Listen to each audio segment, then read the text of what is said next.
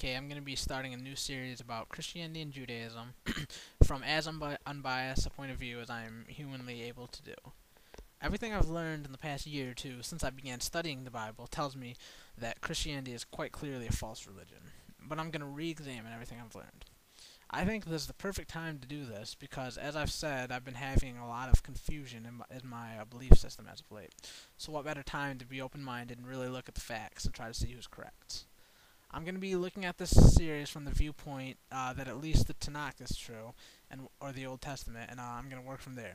I know if you're an atheist or an agnostic, you're going to have a problem with that assumption, but that's what I'm going to do, and that's what's going to work with the series.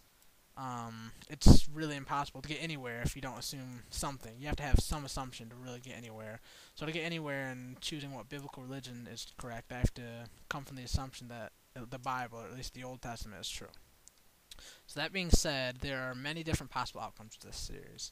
I'm honestly willing to accept anything from mainstream Christianity to Orthodox Judaism to Karaite Judaism to Messianic Judaism to any other blurred form in between Christianity and Judaism. Because the truth is, anyone that lives in America knows, it would be easiest to be a Christian, especially living in America. Everyone else is a Christian. My family's Christian. All my friends are Christian. So, I mean, you can't really say that I'm going to be biased against Christianity, because why would I be? Because that's really the easiest thing that I could possibly be, especially even considering the religion itself, since it believes that you don't have to follow the laws, since Jesus atoned for your sins or whatever.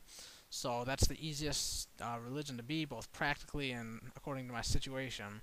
So I'm definitely not going to be biased against Christianity, even though that's not my beliefs right now, so just consider that. But anyways, this is kind of a short video, but I'm just letting you know what I'm going to be doing over the next whatever period of time. And I have a habit when I really want to start studying, that I really devote my whole life to it, which is what I did my whole learning myself out of Christianity to Judaism. So, studying Judaism versus Christianity is really what I'm going to be doing for the next however long, and I'm going to record all my thoughts throughout the process. Hopefully someone finds my thoughts useful, and I can maybe have some influence on some people. As I said, I really am going to go at this from an unbiased point of view, and as of right now, I obviously do believe Judaism to be correct. But I'm going to go into this series, forgetting that and truly believing that any belief system possibly could be correct. I'm going to be making these videos as I go, so don't be surprised to see differing ideas in each one, and a different conclusion for each individual prophecy. So I'm going to have some fun making the series. I hope you guys enjoy it, and I hope that I can come to a real conclusion, and that I and maybe you will be confident in. Oh, and also, one more note on the series. It's impossible that some of the Messianic prophecies refer to Jesus and some don't. Either they all do or they all don't.